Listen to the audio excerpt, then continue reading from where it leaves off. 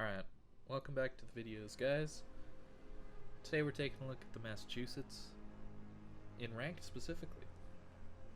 I have a couple games here. Just wanted to showcase kind of what the best battleship in ranked is going to look like. And this can translate into random games as well, but you can't be quite as aggressive, especially off the start here. You're going to see here that I push up basically right to this middle island. It's just such a powerful position to get cross shots on either side of the map and help wherever's needed. So you're going to see me move back and forth across to help on the BC side and eventually switch back to the A side. But for right now, it's a little more important to get these shots on the ships trying to go wide on a flank. Even a bit of ship damage into a ship that's going all the way to the flank can help your team kill it. And of course, it's important to kill the ships on the flanks because then you get to take that flank for yourself. And the more angles that the enemy team has to worry about, the better. Of course, we're going to shoot at the hipper because it's cruiser, close range, you know, probably going to deal some pretty good damage to it. Now, not every salvo is going to look like that RNG or that dispersion.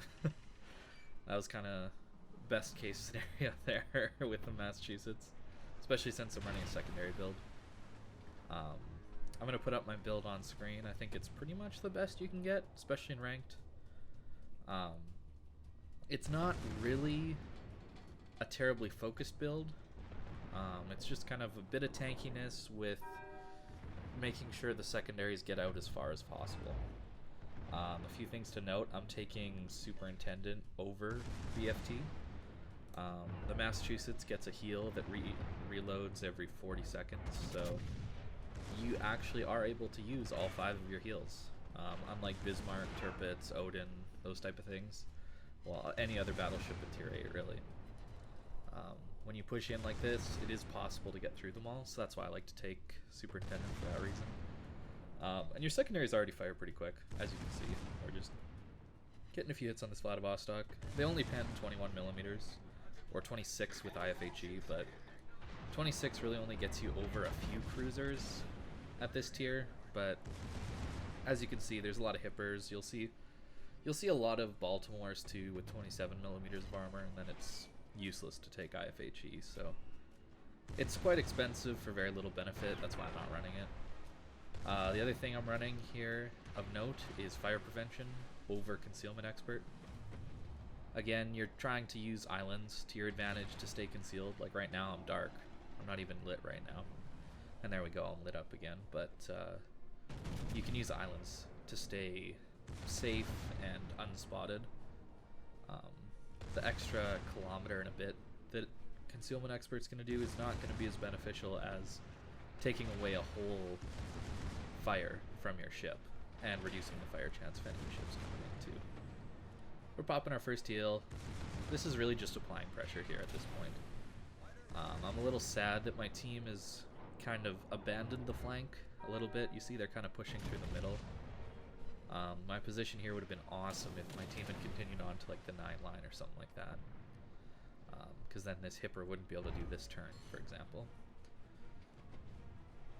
But as you can see, they're starting to get to the edge of my range, and we're taking some long-range HE pressure, which, of course, this battleship doesn't deal well with.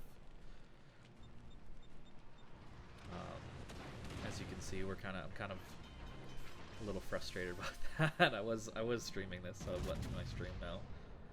Which, by the way, if you're watching this, I'm probably live right now. I'm trying to go live every morning from 8 or 9 in the morning. Central time to, I don't know, maybe lunchtime or so. So stop by if you want to say hi.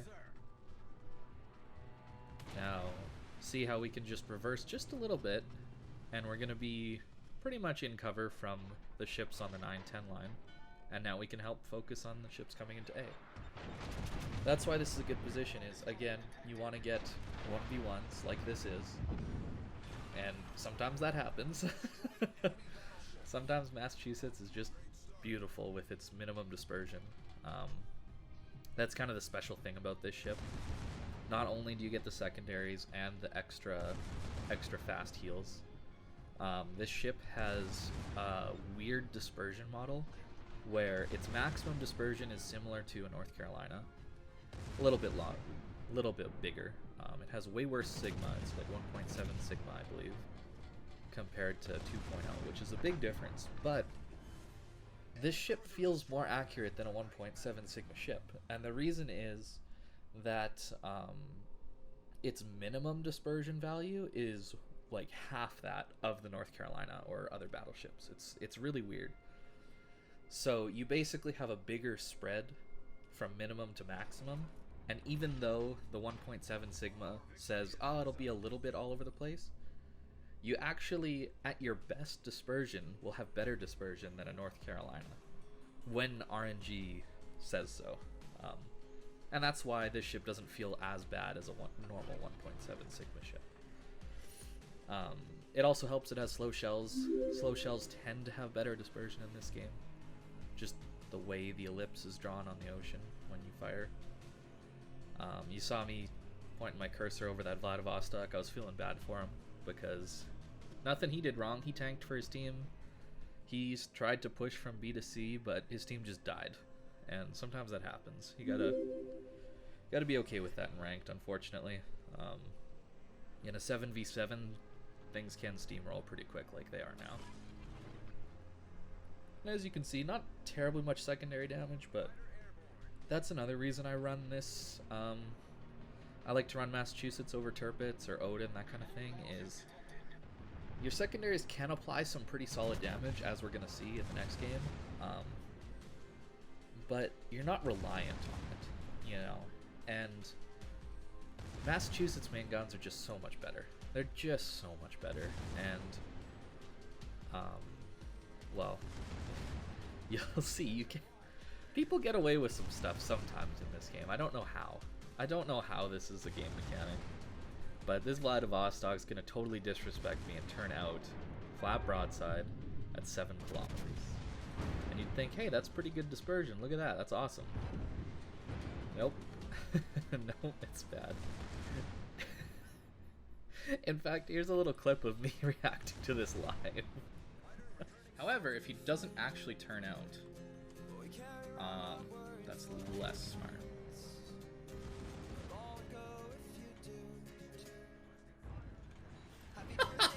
Doesn't matter though. Oh, and he gets an instant fire! Yay! Pandering to bad players! Yay! Let's go, dude. Let's go, dude.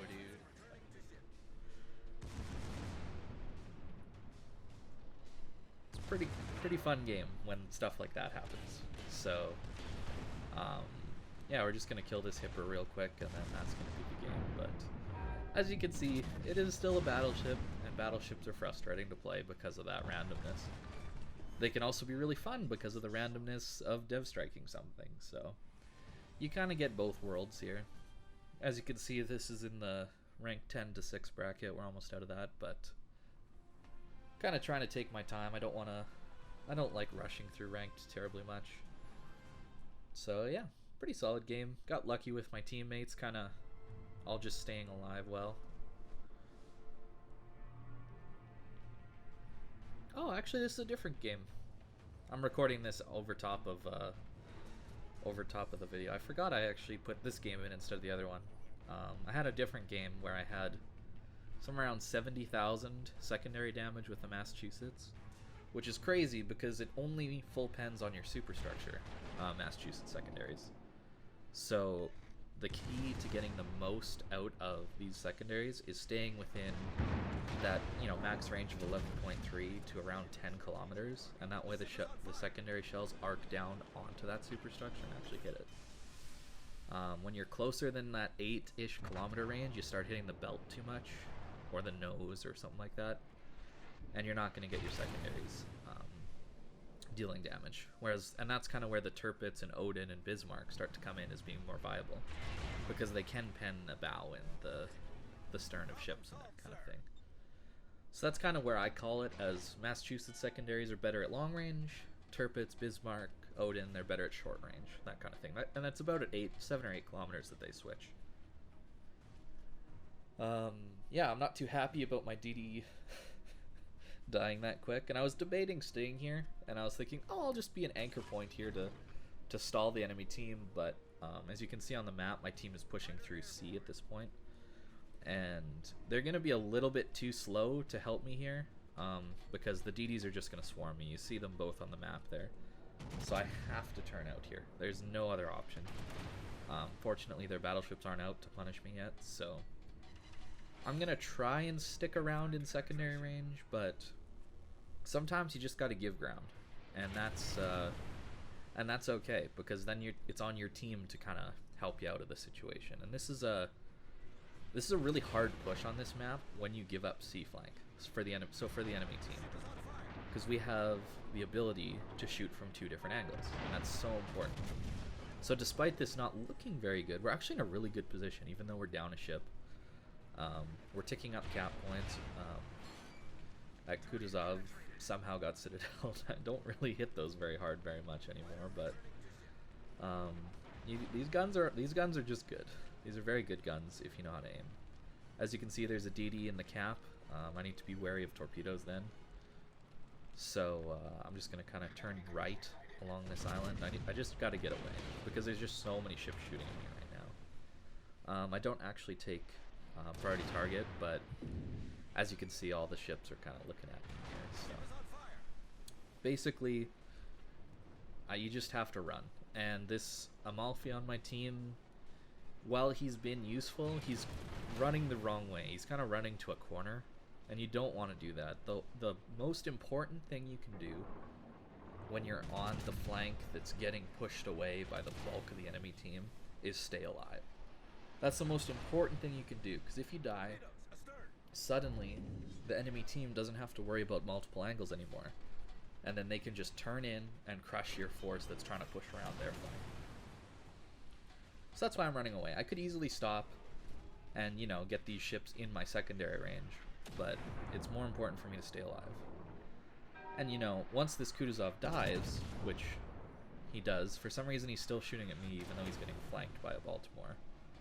But, hey, you know, people are thirsty, I guess. So now I could stop, but I see this smoke, and I realize I'm surprised, actually, DD pushed like this. So now I'm trying to think, okay, how do I get out of this situation? Because there's nothing you can do against a smoked up DD who gets spotting on you. You're just going to take a lot of damage, because destroyer guns in this game, at close range, when they can just always full pen your superstructure and light fires, they're going to deal a lot of damage very quickly. So you got to leave, especially if they launch torps at you and that. So that's why I changed direction so drastically like this. I was intending to kite all the way back to the A line on the other side of this island, but it was worth the risk of going broadside to this key to try and get out of the torpedo strike that he was probably lining up on me. As you can see here, we see that the key is looking at us now, or turning his guns to look at us, so he's gonna go broadside, which is nice for us, but we're also broadside. So it's important to know when somebody's gonna fire and knowing reload times and tendencies of ships so that you can slow down and change direction. So you see, we didn't have much room to maneuver there because of the island behind us, but we still dodged most of his shells, and that's just knowing when someone's likely to shoot you, looking at where their turrets are aiming, knowing their reloads, so you know when to adjust your speed. You don't want to go too early, and you don't want to go too late, obviously. But yeah, this was a nice little game here. It's still kind of close. We're down 2 ships because, as you can see, the Amalfi decided to charge into them on the 2 line for some reason. See, if he would have kited back to the island even on the A line, you know, he would have been much more useful to stopping this team from pushing. But we get their Benson, and I'm here. I'm gonna get their key. Somehow, I don't Citadel him. I know he has a turtleback, but it's not a very good turtleback. It's easily defeated. Not a reliable one. So I don't know. Sometimes you get lucky, sometimes you don't. Now with this Hipper, he does have low health, so I should have just shot. I probably would have killed him. As you can see, I don't actually end up killing him. or I don't hit them very hard when I do decide to shoot. But a good tactic you can use when a ship is bow into you like a cruiser and they're in your secondary range, they're gonna want to turn out. They want to get out of your secondaries because they do apply a lot of pressure. And if you leave certain settings on, they can be quite psychological, you know, causing the camera to shake and that kind of stuff. So you see, I only did like 4,000 damage from that on here. But now that I've shot, he's thinking about turning. And if he had more health, he probably could have gotten away if he had turned right away after I shot. This is just a hypothetical for you guys playing this ship or any other secondary ship, is let the ship, the cruiser, just take your secondary damage until he decides he needs to turn out, otherwise he's gonna die. Holding someone in a straight line like that, forcing them to angle to you because they know you haven't shot yet, is so powerful, especially if your team is on their broadside, because then they're stuck. They either have to turn out broadside to you and you basically get a free kill, or they just sit there and take your secondaries and take your teammates' fire, and then they die anyway. So sometimes shooting is actually a bad thing, and it lets people get away. As surprising as that sounds. But I'll do that a lot. If you watch my, if you come by and watch my Twitch stream, there's often times where I just won't shoot at ships because they're forced to angle to me. And here we'll just get the lightning. Fortunately, we found him.